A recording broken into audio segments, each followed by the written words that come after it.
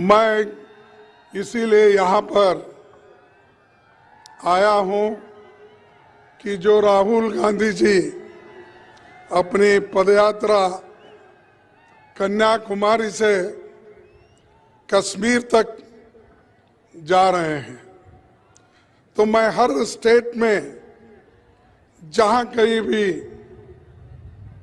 Public meetings होती है उस हर स्टेट में मैं जाकर अपनी बात रखने की कोशिश किया हूँ।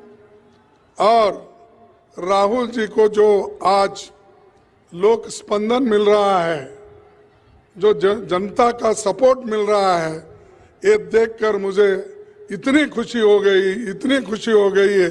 मेरी पार्टी 2024 में जरूर जीतेगी, ये मेरा इससे महसूस होता है। और लोग जब हमसे जुड़ते हैं तो इससे भी मालूम होता है कि हमारे साथ लोग जुड़ रहे हैं, और इसके कारणकर्ता राहुल जी है। खासकर युवा, महिलाएं, विद्यार्थी, छोटे मोटे बिजनेस करने वाले लोग, किसान, मजदूर, सब लोग जुड़ रहे हैं। क्या कारण है? क्योंकि आज की जो सरकार है, बीजेपी सरकार, ये धर्म में झगड़ा लड़ा है, बांट रही है, और धर्म के नाम पे, भाषा के नाम पे, हर नमूने से ये लोगों को डिवाइड करने की कोशिश कर रही है। तो इसीलिए ये भारत जोड़ो यात्रा बड़ा महत्वपूर्ण है। तो इसीलिए मैं ये कहूंगा कि जो राहुल जी की ये यात्रा कैसी जोड़ रही है, तो एक मखदूम मोहिउद्दीन जो कम्युनिस्ट के बहुत बड़े शायर थे हैदराबाद के, उन्होंने एक बात कही थी, हयात लेके चलो, कायनात लेके चलो, चलो तो सारे जमाने के साथ लेके चलो।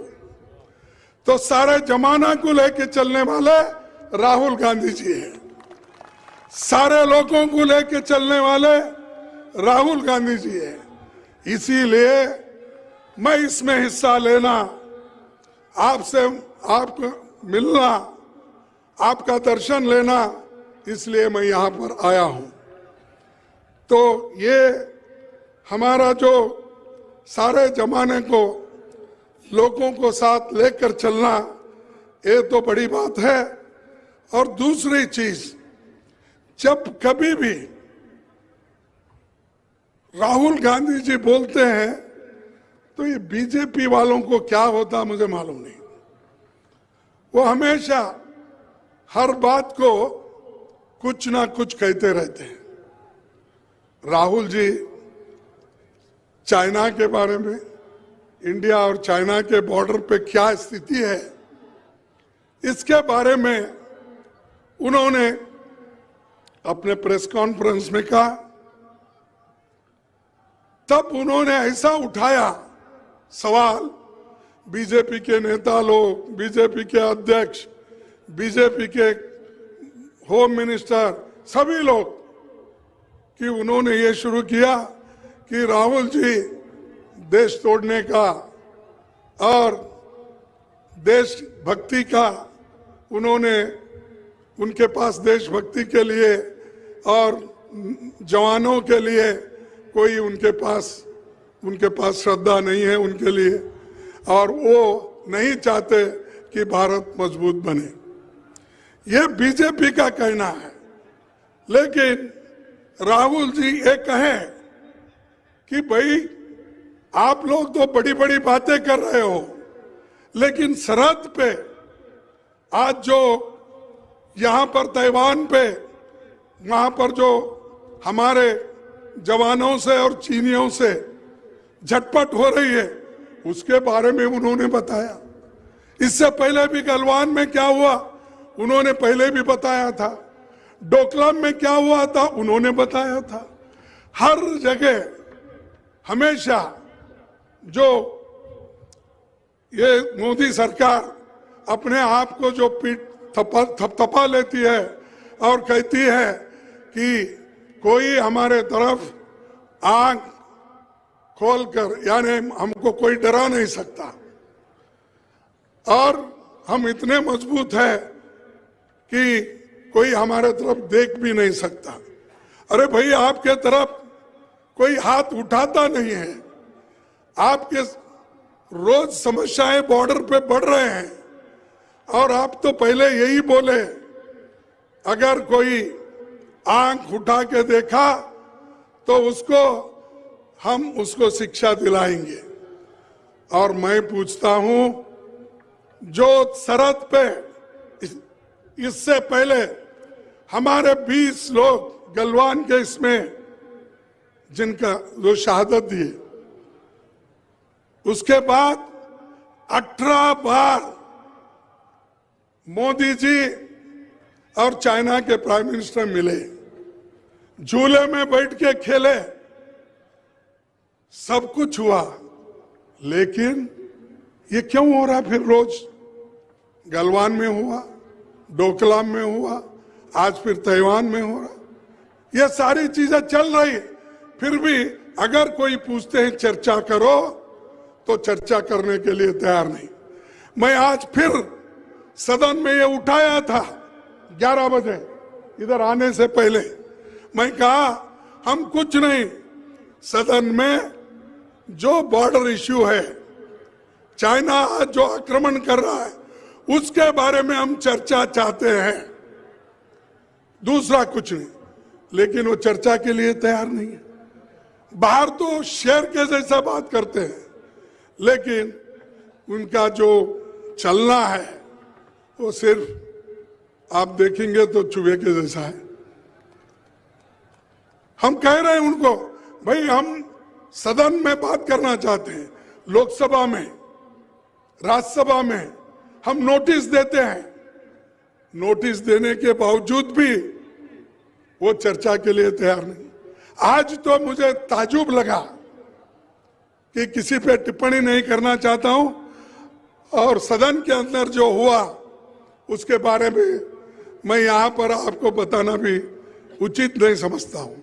लेकिन हमने जो चाइना जो अतिक्रमण कर रहा है उसके बारे में चर्चा करने के लिए पूछे तो चर्चा को उन्होंने अवकाश नहीं दिया। उन्होंने कहा चर्चा की आवश्यकता नहीं है। और राजनाथ सिंह साहब एक स्टेटमेंट दिए 1 पेज की, और स्टेटमेंट देकर सीधा चले गए। अरे हम बोले भाई चर्चा करो, हमको बताओ, देश के जनता को भी बताओ पार्लियामेंट में क्या हो रहा है, सरकार क्या कह रही है, सरकार क्या कर रही है, अपनी वहां के जवानों के बारे में उनकी स्थिति क्या है बताइए। ये हम पूछ रहे हैं, दूसरा कुछ नहीं। देश के साथ हम हैं, राहुल गांधी जी देश के साथ है, कांग्रेस देश के साथ है, हम सभी लोग मिलकर इस देश की रक्षा के लिए एक होकर लड़ेंगे। लेकिन आप छुपाते क्यों हो? आप क्यों छुपा रहे हो? तो यही पूछ रहे थे, लेकिन वो लोग उत्तर देने के लिए तैयार नहीं, चर्चा के लिए नहीं, चर्चा से भाग रहे हैं। हम तो जानकारी पूछ रहे हैं, जानकारी दो हमारे लिए। तो इसलिए दोस्तों, मैं आपसे यही कहूंगा कि ये सरकार तो बात तो जोरों से करती है, शोर लगा के करती है, लेकिन डेमोक्रेसी को खत्म कर रही है। रोज जो ऑटोनमस बॉडीज है उनके जो अधिकार है उसको खत्म कर रही है। ईडी, सीबीआई, सीवीसी, जितने भी एजेंसीज हैं, उन एजेंसी का उपयोग करके उन्होंने सबको डराने की कोशिश कर रहे हैं। और कांग्रेस को भी डराने की कोशिश कर रहे हैं, लेकिन कांग्रेस वाले कभी नहीं डरेंगे। देश को हमने आजादी लाई है, देश को आजादी दिलाई है और देश के एकता के लिए श्रीमती इंदिरा गांधी जी अपनी जान कुर्बान करी है। राजीव गांधी जी अपने जान दिए हैं इस देश के एकता के लिए। तो ये सब हमने किया, हमने अपनी जान दी, हमारे पार्टी के नेताओं ने जान दिया। तुम क्या किए? आपके घर में कोई देश के लिए कुत्ता तो मरा है? क्या कोई तो कुर्बानी दी है? नहीं। लेकिन फिर भी वो देशभक्त, और हम कुछ भी बोलेंगे तो देशद्रोही। तो इसलिए दोस्तों, ये डेमोक्रेसी का हाल ये हो रहा है। कत्ल हुआ हमारा कुछ इस तरह किस्तों में, कत्ल हुआ हमारा कुछ इस तरह किस्तों में, कभी कातल बदल गया, कभी खंजर बदल गया। तो ये कर रहे हैं, तो ये डेमोक्रेसी को इस तरीके से खत्म कर रहे हैं। कभी कातिल बदलते हैं, कभी खंजर बदलता है। सभी लोग डेमोक्रेसी को, संविधान को खत्म करने की कोशिश कर रहे हैं। तो इसीलिए राहुल गांधी जी भारत जोड़ो यात्रा कर रहे हैं, लोगों को मिल रहे हैं, सबसे छोटे बड़े, बूढ़े, नौजवान, बच्चे, विद्यार्थी, सबको। आज ये बीजेपी की सरकार किसानों के बारे में नहीं सोचती। आपके इनकम को डबल करने का उन्होंने कहा, नहीं किया। 7 किसानों को एक होम मिनिस्टर के बच्चे ने जीप पीछे लेकर मार दिया, कुछ कार्रवाई नहीं होती, कोई पूछता नहीं, चुप रख दिए वैसे ही ठंडे बस्ती में। उसी ढंग से आज इन्फ्लेशन इतना बड़ा, उन मुद्दों को लेके राहुल गांधी जी आगे बढ़ रहे हैं। अनएम्प्लॉयमेंट, जिस देश में 30 लाख सरकारी नौकरियां खाली है, उसमें से 15 लाख नौकरियां गरीब बच्चों को, शेड्यूल कास्ट के, शेड्यूल ट्राइब्स के, बैकवर्ड्स के बच्चों को नौकरियां मिलती है। लेकिन क्यों नहीं भर रहे आप?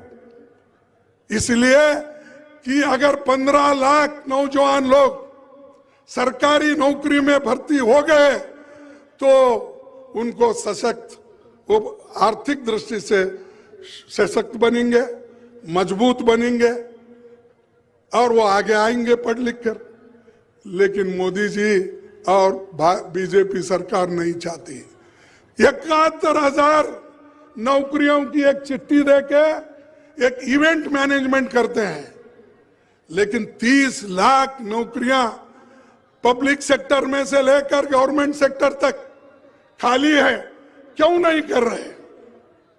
तो यही है कि गरीब को गरीब रखना चाहते हैं, अमीर को और अमीर बना रहे हैं और चंद दोस्तों को अमीर बनाकर इस देश में फिर से आजादी से पहले जो स्थिति थी वो स्थिति लाने की कोशिश वो कर रहे हैं। इसीलिए दोस्तों, मैं ज्यादा आपका वक्त न लेते हुए इतना ही कहूंगा कि राजस्थान में कांग्रेस मजबूत है, एक होकर काम करना भी है। मैं कांग्रेस पार्टी के अध्यक्ष के नाते कहूंगा, जब तक हम एक होकर काम करते रहेंगे तब कोई पार्टी आपको हिला नहीं सकती। अगर आप कमजोर पड़े तो ही दूसरा उसका फायदा उठाएगा। अगर आप मजबूत रहेंगे कोई आपके नजदीक भी नहीं आए। तो इसलिए आप पार्टी को मजबूत रखिए और हम आपसे ज्यादा अपेक्षा करते हैं। तो यही बात मैं आपके सामने रख के मेरे 4 शब्दों को समाप्त करता हूं। जय हिंद, जय राजस्थान।